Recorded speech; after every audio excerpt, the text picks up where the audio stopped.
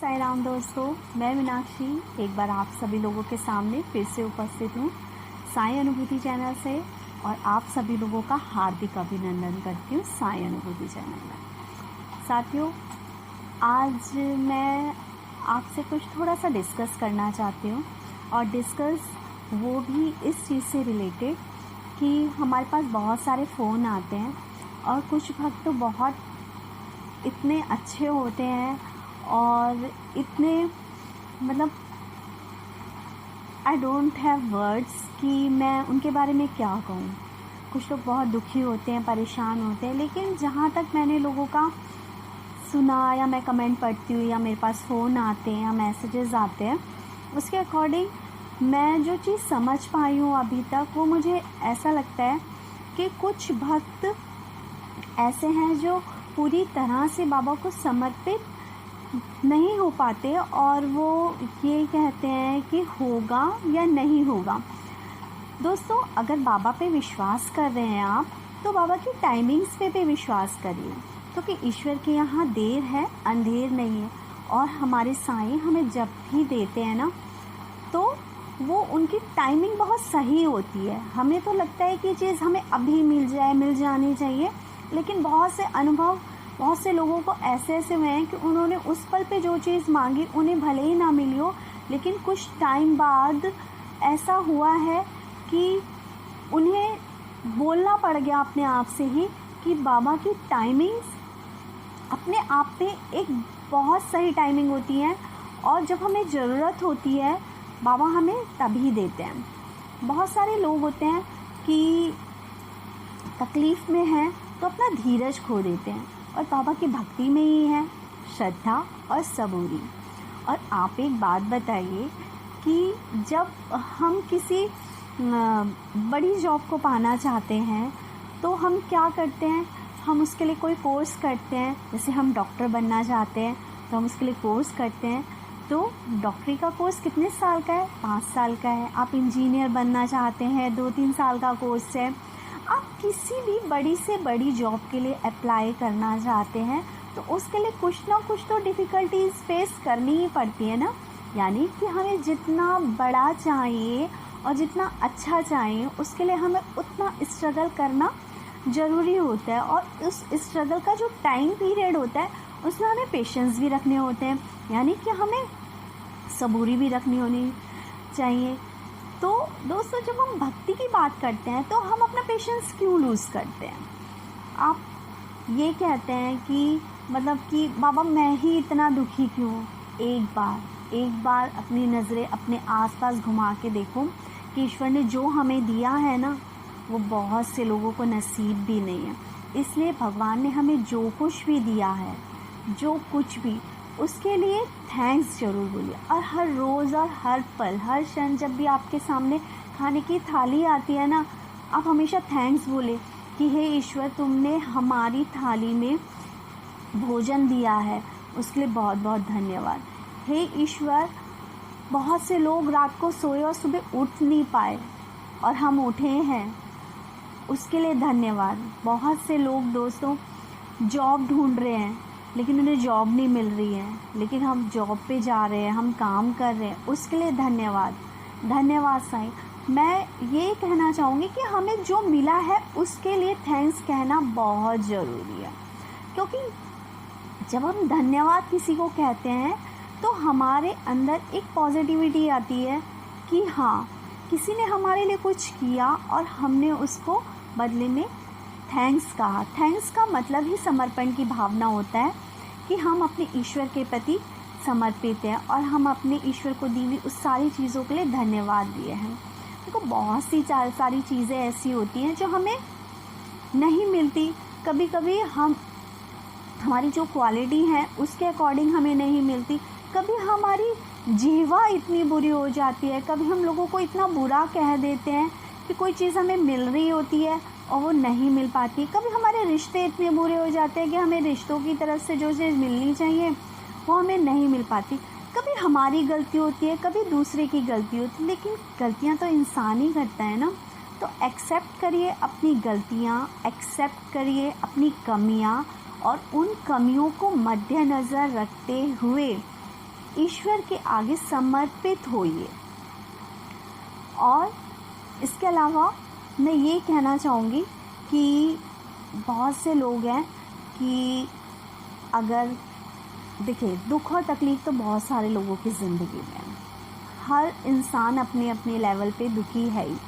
पूर्णतः सुखी तो मैं कहूँगी इस संसार में या अपने आसपास ही देख लो तो आपको कोई नहीं मिलेगा। हर कोई किसी ना किसी परेशानी से जूझ ही रहा है।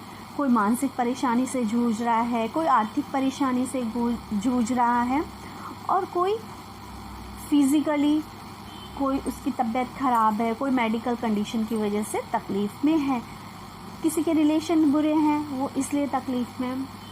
तो इन सब चीज़ों को साइड में रखते हैं। और एक बात मैं आपसे शेयर करना चाहूँगी कि जब हम बहुत दुख और तकलीफ़ में होते हैं ना, तो हम लोग दूसरी तरफ जाने लग जाते हैं। दूसरी तरफ इन द सेंस हमें लगता है कि कोई जादू टोना कर देगा, ठीक है, हम किसी से उपाय पूछ लेंगे और हमारा भला हो जाएगा।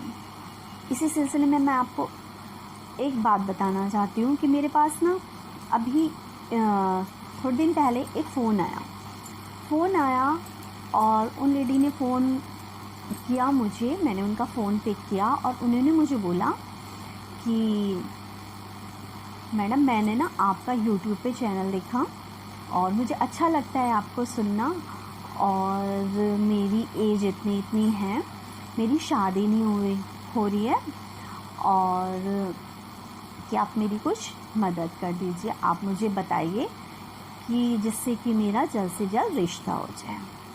तो देखिए, सबसे पहली बात तो हम बाबा वाले हैं। उनका जो कहने का तरीका था या जो उन्होंने मुझे बोला कि मुझे कोई उपाय बताएं, तो दोस्तों देखो, साईं को जो मानते हैं तो वो लोग कौन से उपाय करते हैं बाबा के लिए? पूरी तरह से बाबा को समर्पित होना, बाबा का साईं सचरित पढ़ना, बाबा की उदी का सेवन करना, बाबा का कष्ट निवारण पढ़ना, बाबा के 11 वचन, बाबा के ज्ञानेश्वरी और बाबा से रिलेटेड बाबा की साईं गीता। हम लोग इन्हीं चीज़ों का क्या करते हैं, स्मरण, बाबा का नाम स्मरण करते हैं, इन्हीं चीज़ों को पढ़ते हैं हम लोग। और लेकिन बस मन में ये श्रद्धा रखते हैं कि साईं सचरित पढ़ रहे हैं तो हमारी साईं सचरित पढ़ेंगे और बाबा हमारी मनोकामना पूर्ण करेंगे। और हमारे मन में ये चीज़ होती है, अगर बाबा नहीं भी दिए तो फिर हम दोबारा से कंटिन्यू करेंगे और देखते हैं कि बाबा कब तक नहीं देंगे। इस साईं डिवोटीज़ की सबसे ज़्यादा जो होती है श्रद्धा यही होती है कि हम यदि कष्ट निवारण पढ़ रहे हैं तो बाबा हमारे कष्ट हर लेंगे। बाबा के 11 वचनों में बाबा ने प्रॉमिस किया है कि बाबा अपने भक्त की मदद हेतु आएंगे। तो इसलिए हम इन सब चीज़ों का यूज़ करते हैं, हम इन सब चीज़ों का पठन पाठन करते हैं। तो उनका फ़ोन आया मेरे पास। मैंने उनको बताया कि आप ऐसा करिए कि आप बाबा के व्रत रखिए, ठीक है, बाबा के 9 व्रत रखिए और बाबा आपकी सुनेंगे। श्रद्धा से आप व्रतों का करने का संकल्प लीजिए। अब जैसे ही मैंने ये वर्ड बोला कि आप साईं बाबा के व्रत करिए, तो वो मुझे सीधे से, मतलब जो उनकी टोन थी या जिस तरह से उन्होंने बोला, उन्होंने बोला नहीं, ये तो मैंने कर लिया, आप इसे छोड़ो, आप मुझे कोई उपाय बताओ। तो मैंने उनको बोला, देखिए, मुझे कोई ऐसे उपाय नहीं आते, हम बाबा की साईं सचरित ही पढ़ते हैं और पूरे विश्वास और लगन से पढ़ते हैं, और हमारे जो काम है वो उसी के द्वारा होते हैं। साईं की भक्ति ही हमारे लिए उपाय है जो हमें हमारे हर कष्टों से निजात दिलाता है। तो उन्होंने बोला, अच्छा ठीक है। मैंने उनको बोला, आप ऐसा करो, साईं की, बाबा की, आपके घर के आसपास साईं बाबा की उदी हो, आप बाबा की उदी लगाओ, बाबा का कष्ट निवारण पढ़ो और बाबा आपकी जो मनोकामना है वो पूर्ण कर देंगे। तो हुआ ये कि उन्होंने उस वक्त फ़ोन रख दिया। हमने अच्छे से बातें करी, फिर उनका दोबारा फ़ोन आया। दोबारा उन्होंने मुझसे बोला कि आप ऐसा करो कि ना, आप दीदी मुझे उपाय बता दो, और मुझे 2-4 उपाय बता दो बस, कि मेरे फादर जो हैं वो मान नहीं रहे हैं शादी के लिए। मैंने उनसे एज वगैरह पूछी कि मतलब कि आपकी एज क्या है, मतलब और क्या कंडीशन है। तो उन्होंने मुझे बताया अपने बारे में कि प्रॉब्लम क्या है, या मतलब पापा क्यों एग्री नहीं हो रहे हैं। तो कोई बात नहीं। तो उन्होंने मुझसे, तो मैंने उनको यही बोला, मैंने पूरी श्रद्धा के साथ आप बाबा के व्रत रखो, साईं सचरित्र पढ़ो, बाबा सारे कष्ट हर लेंगे और सही समय आने पर आपका जो है लगन हो जाएगा। अब उन्होंने उस दिन भी फ़ोन किया। अब वो कंटिन्यूसली मुझे बार बार फ़ोन सिर्फ यही चीज़ों को करने के लिए कर रही थी कंटिन्यूसली, जबकि मैं उन्हें बता चुकी थी एक बार आप विश्वास तो कीजिए। लेकिन उनकी बातों से पूर्णतः जो ये हो रहा था, लग रहा था कि भगवान में बिलीव नहीं करती हैं, ये सिर्फ इन्हें जादू टोने या उपाय करने हैं। तो दोस्तों, मैं सिर्फ आप लोगों से ये पूछना चाहूँगी कि आप मुझे बताइए कि अभी तक जितना भी मैंने वीडियो बाबा के अनुभव के डाले हैं, क्या उनमें एक बार भी मैंने कहीं पे ये मेंशन किया या मैंने आप लोगों से ये बोला हो कि मैं ये उपाय जानती हूँ, आप अपनी समस्याओं के समाधान के लिए मुझसे संपर्क करें?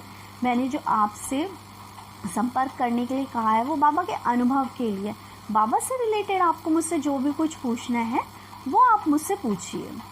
तो अब क्या होता है, थर्ड डे फिर यही होता है, थर्ड डे वो फिर मुझे फ़ोन करती हैं, लेकिन दूसरे नंबर से फ़ोन करती हैं। तो उसमें वो लेडी फ़ोन करके मुझे यूँ बोलती है कि मैंने ना आपको फेसबुक पे देखा है और आपको जादू टोनों के उपाय बताती हैं कि। तो मैंने पहले चीज़ ये बोली, मैंने कहा मैं तो फेसबुक पे हूँ ही नहीं, फेसबुक पे तो मैं आती ही नहीं हूँ। और रही इसकी बात कि आपको जिसने भी बोला है कि जादू टोना बताती हूँ मैं या कोई उपाय बताती हूँ, तो ऐसा कुछ भी नहीं है। हम बाबा वाले हैं, हम सिर्फ बाबा का नाम सिमटते हैं। बाबा से रिलेटेड कोई बात करनी है तो आप बताइए। तो उन्होंने फट एकदम से फ़ोन काट दिया। अब क्या हुआ, जैसे ही मैं उनका फ़ोन कटा, एकदम से दूसरे नंबर से, जो कि जनरली वो मुझे जिस नंबर से फ़ोन कर रही थी, उन्होंने मुझे उस नंबर से फ़ोन किया। और अब वो मुझे फ़ोन करके सीधा बोलती है, मैडम आप ना अपनी फ़ीस बताओ। मैंने कहा क्या मतलब? कहती हाँ फ़ीस बताओ ना, आप मेरी मदद करोगी, आपने कहा था जादू टोना बताओगे। और बिलीव मानिए, मैंने एक बार भी, इतनी बार के कन्वर्सेशन में एक बार भी उन्हें ये नहीं बोला कि मुझे जादू टोने आते हैं या मुझे उपाय आते हैं या मैं ऐसा कुछ बताऊंगी, लेकिन मैं अपनी तरफ से ही चीज़ों को बोले जा रही थी।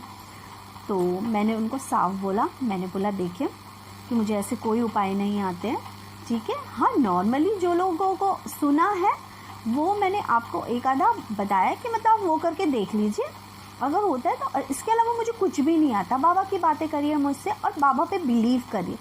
लिटरली दोस्तों, उन्हें मतलब बाबा पे यकीन नहीं है। बाबा पे क्या कहूँ मैं, उन्हें किसी भगवान पे यकीन नहीं है। उन्हें बस ऐसा लग रहा है कि हाँ, उन्होंने मुझसे एक बात कही कि आप मुझे हल्दी के 3-4 उपाय बता दीजिए।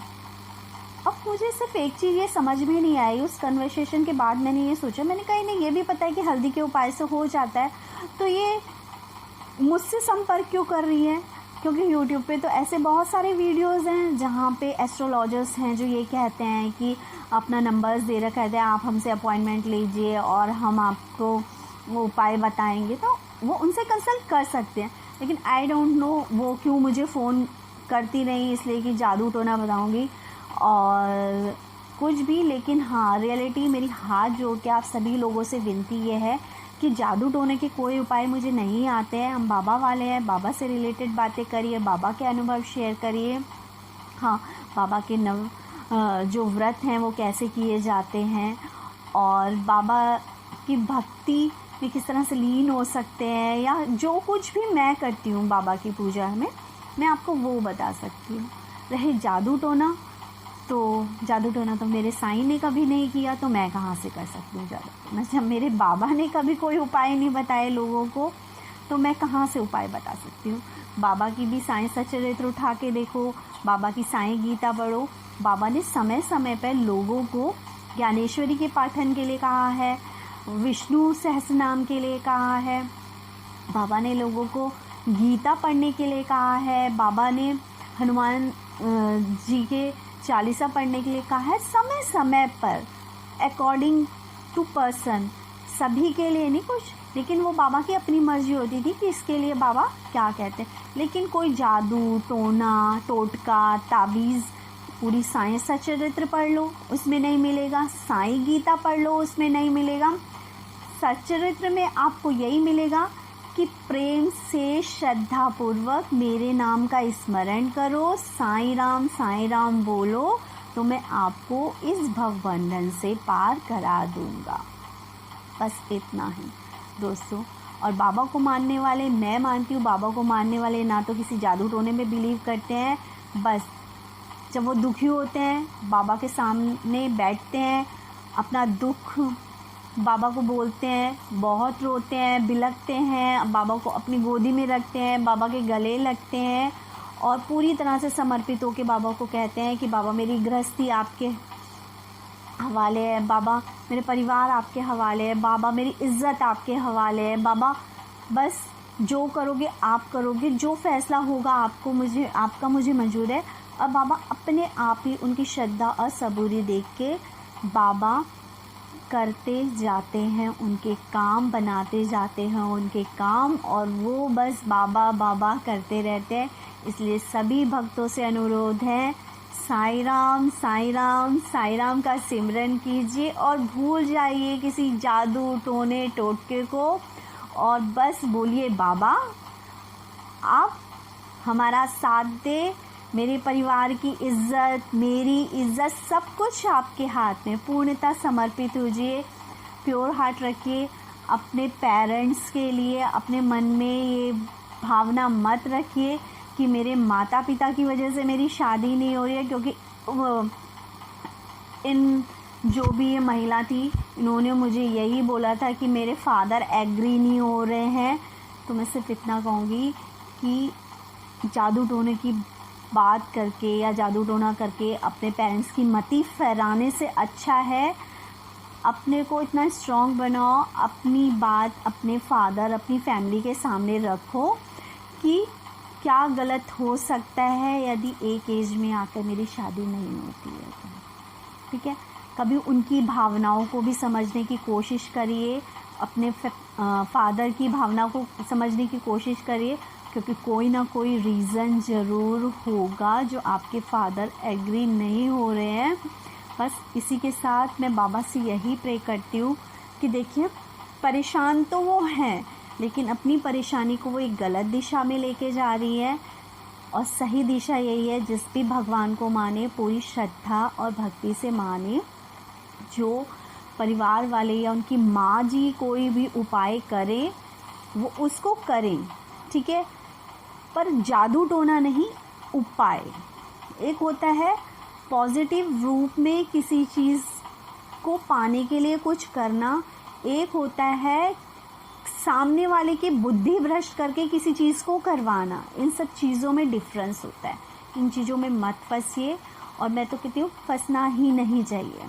बस इसी के साथ दोस्तों आप सभी लोगों से अनुरोध है, अपने ज़्यादा से ज़्यादा एक्सपीरियंस चैनल के साथ शेयर कीजिए, चैनल को लाइक करिए, सब्सक्राइब कीजिए और शेयर करते रहिए, और बस साईं राम का सिमरन करते रहिए। ओम साईं राम।